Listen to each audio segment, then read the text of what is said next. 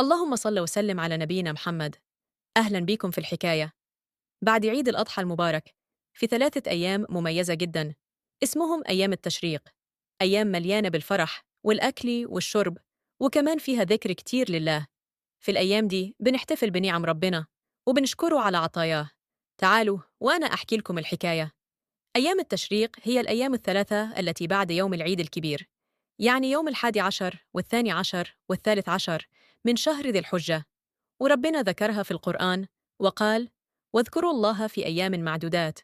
سورة البقرة آية 203. طيب ليه سموها التشريق؟ لأن زمان كانوا الناس يقطعوا لحمة الأضاحي شرائح وينشروها في الشمس علشان تنشف، ودي كانت طريقة لحفظها، واسمها تشريق. ودي كمان أيام لها فضل كبير. النبي محمد قال: أيام التشريق أيام أكل وشرب وذكر لله، يعني مفيش صيام فيها، ومطلوب مننا نفرح ونأكل ونشرب ونفضل نذكر ربنا، زي لما نقول: الله أكبر الله أكبر لا إله إلا الله الله أكبر الله أكبر ولله الحمد. أما الحجاج فبيباتوا في منى وبيرموا الجمرات الثلاثة في كل يوم من أيام التشريق. في النهاية، خلينا نستغل الأيام الجميلة دي، نذكر ربنا، نفرح، ونسعد اللي حوالينا، وربنا يتقبل مننا ومنكم.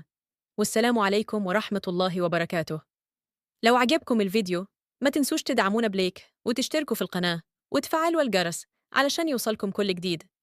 وكمان شاركوا الحكاية مع اللي بتحبوهم علشان نكبر سوا ونوصل رسالتنا لكل الناس اللي بتحب تتعلم بشكل بسيط وممتع.